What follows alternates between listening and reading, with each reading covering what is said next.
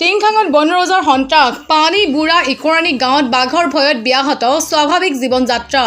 টিংখাঙত বনৰজাৰ সন্ত্ৰাস টিংখাঙৰ পানীবুঢ়া ইকৰাণী গাঁৱত নাহৰফুটুকী বাঘৰ মুক্ত বিচৰণে এতিয়া স্থানীয় ৰাইজৰ মাজত তীব্ৰ সন্ত্ৰাসৰ সৃষ্টি কৰিছে। বাঘৰ ভয়ত দিনৰ পোহৰতো ঘৰৰ পৰা ওলাবলৈ ভয় গাঁওবাসীৰ।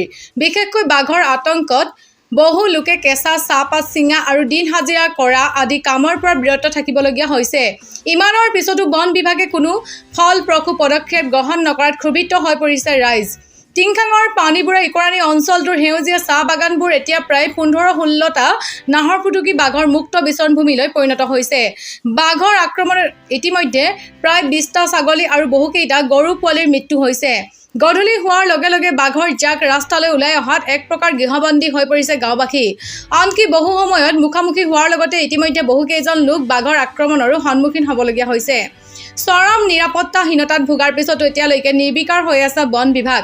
বাঘৰ আতংকৰ পৰা অঞ্চলবাসীক অনতিপলমে উদ্ধাৰ কৰিবলৈ এতিয়া বন বিভাগ তথা স্থানীয় প্ৰশাসনৰ প্ৰতি কাতৰ আহ্বান জনাইছে স্থানীয় ৰাইজে। অনতিপলমে বাঘ পিঞ্জৰাবদ্ধ কৰাৰ ব্যৱস্থা নকৰিলে অনাগত দিনত অধিক ভয়ংকৰ অঘটন ঘটাৰ আশংকা প্ৰকাশ কৰিছে অঞ্চলবাসীয়ে।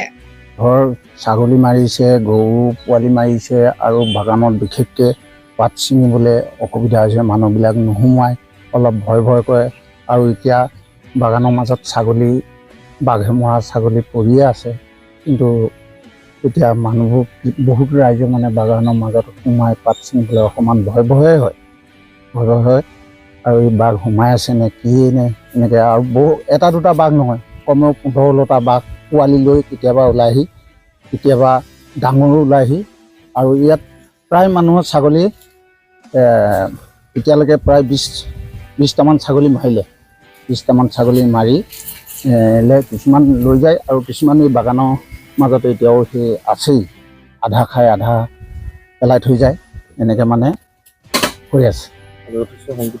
যথেষ্ট ৰাইজে গধূলি হোৱাৰ লগে লগে ফুৰিবলৈও ভয় হয়, কাৰণ ৰাস্তা পদূলি ওলায় কেতিয়াবা পোৱালি লৈ মুখামুখি বহুতে লগ পাই যায়। সেইকাৰণে গধূলি সময়ত ফুৰিবলৈও অকণমান অসুবিধা হয়।